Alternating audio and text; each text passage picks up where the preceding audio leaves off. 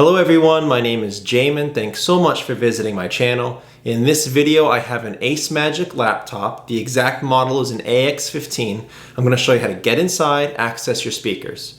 So first thing, power down your computer the correct way. Make sure it's off and unplugged from your charger. We're then going to turn it over and access our bottom case screws. So you have 4 screws along the bottom, 2 screws in the middle, 4 more screws on top. Now keep in mind, on one of these screws in the corner, there was a sticker on it to tell them if you've gained entry to the computer or not. So just keep that in mind. If you see any stickers like that on various screws inside the computer, it could void part or all of your warranty. So just keep that in mind. So now I'm going to go ahead and remove all these screws.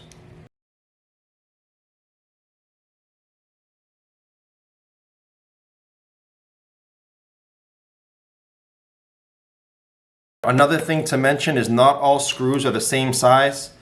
As you can see here, most of these screws were the small screw there, but those 2 hinge corner ones were the long screws. So keep that in mind when you're going into a computer. Keep your screws separate, make sure you know where they go. So after removing all these screws, I'm going to take my small flat metal pry tool. I'm going to go across the seam of the bottom case and carefully take it up from the rest of the computer.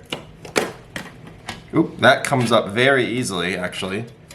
And as you can see, there's nothing on the bottom, it's just a bottom panel. But that came up very, very easily. It doesn't seem like there's any clips or anything holding it down other than those screws. After you're inside, this is what you're looking at for the inside of the computer. Now, as a general computer repair side note, whenever I'm working on a computer in my shop, it's sitting on an anti-static mat. Either that or an anti-static bracelet are great ideas to avoid damaging anything in your computer when you're working on it. If you would like any help with tools or supplies for your computer project, there'll be a link above. Also below in the description, it'll be a list of tools and supplies that I use in my shop. Also in the description under that link, I will have another link. It'll be a list to all the replacement and upgrade parts for this specific model computer if you're looking to replace them or upgrade them. Now the first thing I do before touching anything in a computer is I'll either remove or at least unplug my battery. A computer is safest to work on when as little power as possible is running through it. So here's your battery right down here. There's a piece of black tape going across here, so I'm going to take that up. Most likely that's where the battery is plugged in somewhere in there. So I'm going to take that up very carefully because I don't want to rip out anything that it's connected to.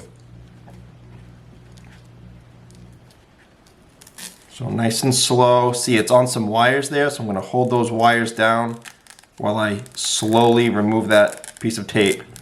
I don't want it pulling anything up. And then I'm going to put this tape back down exactly where I found it when I'm done working on my computer. So it looks like the battery is held down by 1, 2, 3, 4 screws. Maybe there's one in here. Let me take off this piece of tape as well. Yep, so there's one more screw there. Okay, so I'll put that carefully to the side. I'm going to put that tape back after I'm done. And then after those 5 screws, it plugs into the motherboard right there. Looks like it came out a little. Maybe it's a little loose, or maybe I made it a little loose by taking that tape out. So I'm going to take a small, flat plastic pry tool, and I'm going to push it from each side of that clip, of that plug, until it comes out of that port. It's a little tight in there, but there. So that's how I unplug my battery. We want to avoid pulling on wires anywhere in a computer if at all possible. Just manipulate the plug. But when you pull on wires, sometimes you can pull the wire right out of that plug. And if you want to remove the battery, I'll go ahead and take out these 5 screws here.